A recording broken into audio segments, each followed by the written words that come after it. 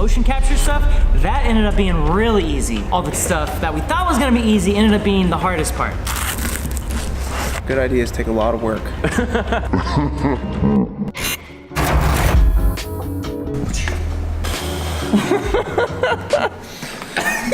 That laugh was kind of just me reflecting on. Look guys, myself and Ren are currently working on the most difficult, challenging, most technically involved shot that Corridor Digital has ever seen. I mean, confirm it with Sam, confirm it with Nico. I absolutely confirm, and I take 100% of the responsibility for all the pain that you feel. We're working on the hardest shot that Corridor Digital has ever seen. Not only is there one, there's 6 of these shots. Would you say this is someone's fault? Would you blame me for this? Because I'm trying to figure out if I should feel bad or not. I blame nobody. Okay. I blame nobody. I blame the good idea being so good that we just had to do it. Good ideas take a lot of work. You guys have seen those Boston Dynamics videos where there's like that mechanical dog walking and then there's this random dude who just kicks it, but it catches its balance. I've always wanted to do some sort of video around this concept, these humanoid robots that are just getting kicked by scientists and whatnot. And we got this motion capture suit from XSense, and then all of a sudden, bam, the idea hit. Do a Boston Dynamics video with the XSense suit about scientists trying to test the robots, but also kick them and beat them with hockey sticks. All sort of inconveniences that eventually result in the robot turning on the scientists in some goofy way. Actually, the hard part's over.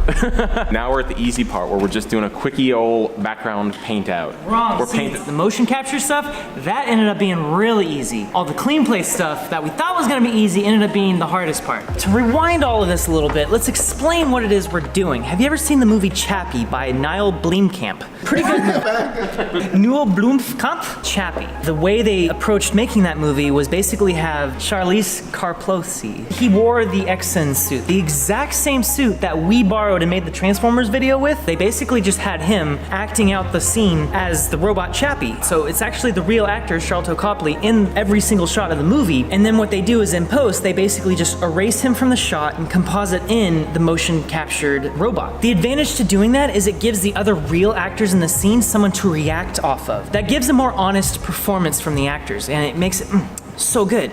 I mean, usually those big budget, big boy movies, they got a lot of big boys on those things, you know? Hey Christian, can you print out the credits for Chappie? I mean, how big do you think the VFX team was on Chappie? Like 30 people? 40? Credit list for the movie, visual effects and special effects. It was like 50 people. I don't know.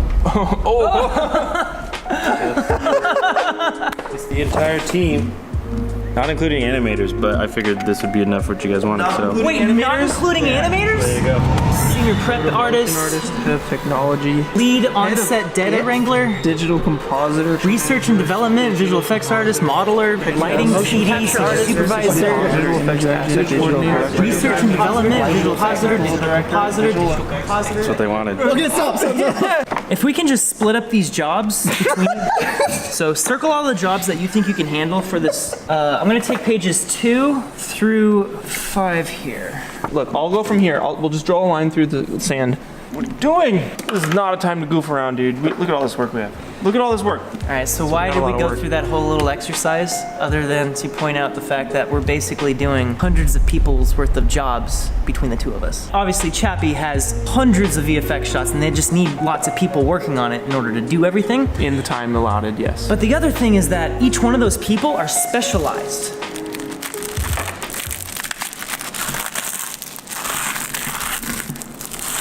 Chew, chew, keep chewing.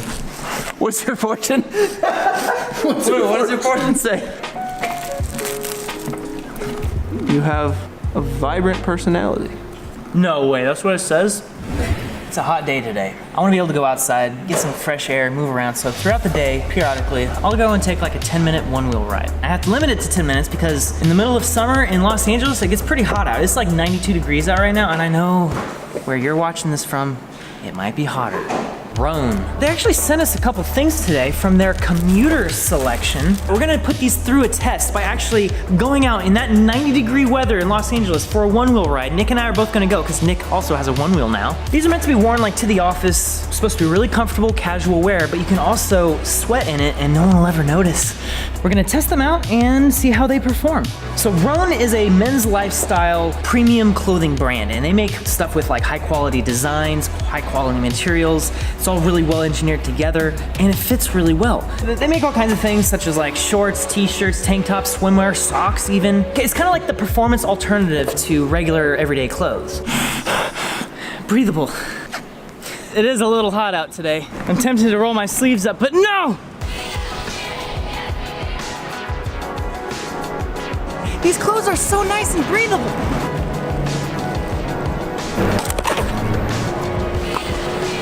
Dude, can we just take a moment to appreciate that Nick is filming on a one-wheel right now? Check this out. I'm doing it!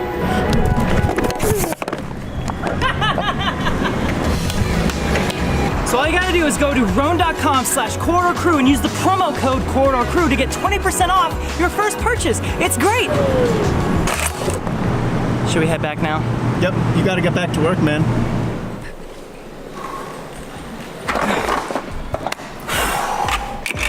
You don't even have pit stains. Where's your pits? Dude, oh my God, you're right. I'm gonna straight up say I recommend these shirts. I think they're great. All right, so in the world of visual effects, there are literally dozens, if not hundreds of individual steps to take you from I have an idea to basically delivering something that's finished. I wanted to break it down step by step without going into too much technical detail that'll make you just snore your eyelids off your face. Now, obviously, before we can actually proceed with making this video, we need a 3D model of a robot that can be rigged to our motion capture suit, and that's where Clint comes in. Take it away, Clint.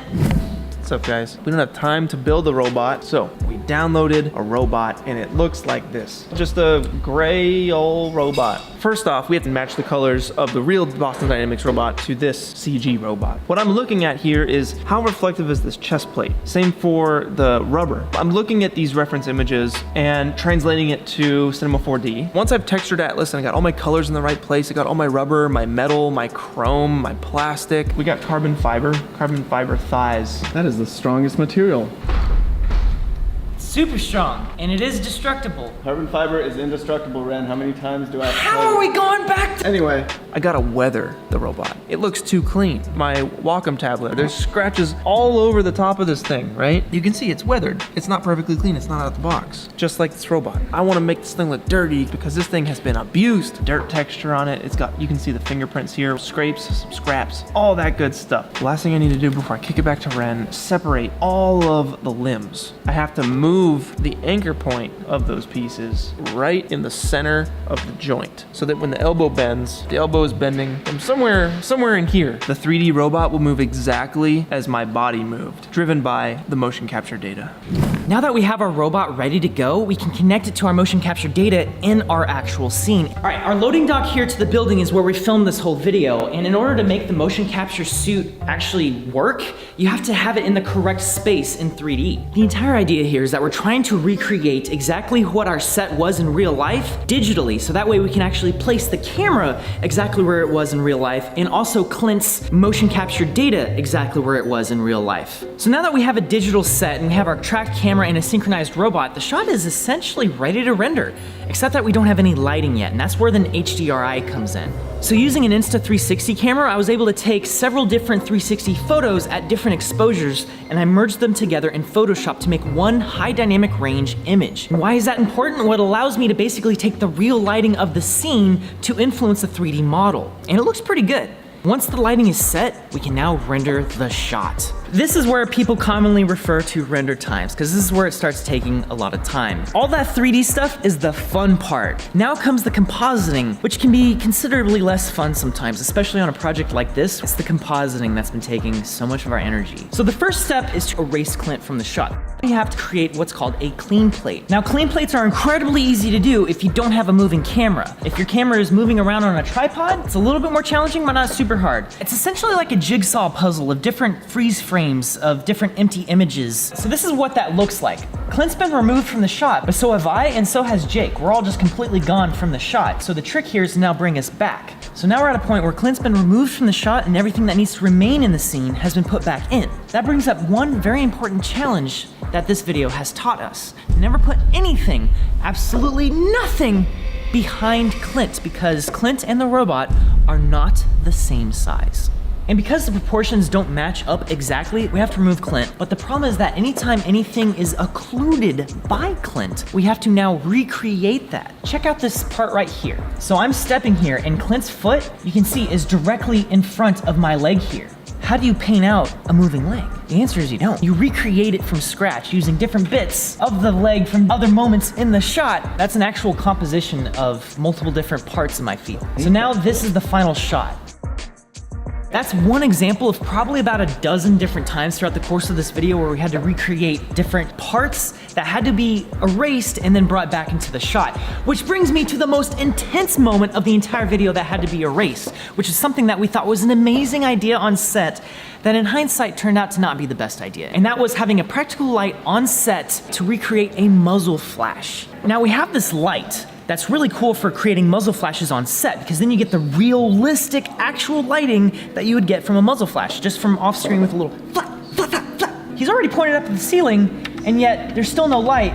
Boom, there's the light. He's pointing at the ceiling when the actual light goes off. That's out of sync with the actual gunshot that we're gonna have to composite in. But that's only one of the two problems. The other problem is that we have a clean plate erasing Clint that doesn't actually have the lighting of the scene. Suddenly, there's no light in the scene at all. Now I have to actually create a muzzle flash light in the scene. So I actually went back into Cinema 4D and opened up the project file for this shot, and I placed the light right in front of the robot to capture the shadow from that light. It looks like there's an actual gunshot going off for that frame now. Now we know not to do that in the future. Just add that to the list of the dozens of things we've learned while making this video. And once all those steps have been done, once everything has been finished, you wanna watch it all and then critique it over and over and over again. We're our own harshest critics. You guys think you can be pretty harsh with how our visual effects are? That's nothing compared to how harsh we are on each other. Clint is the worst visual effects artist I've ever met in my entire life. What did you say? Nothing, I didn't say anything. You do this cost-benefit analysis when you're doing this polish review, because you're like, okay, this is something that I can fix, but do I have enough time to fix it? Is it worth spending that time to fix it? A lot of the times, it's not worth it. But once you've gotten to that point, then you can hit render from your compositing package and put it into your edits, then you are done doing the effect. And then you can sit back and watch all the comments tell you about how bad of a VFX artist you are and just cry into your pillow at night. At the end of the day, I just want you to think it's a fun video. I just want you to be entertained. We're not perfect artists, but we're decent, you know, and we're trying hard.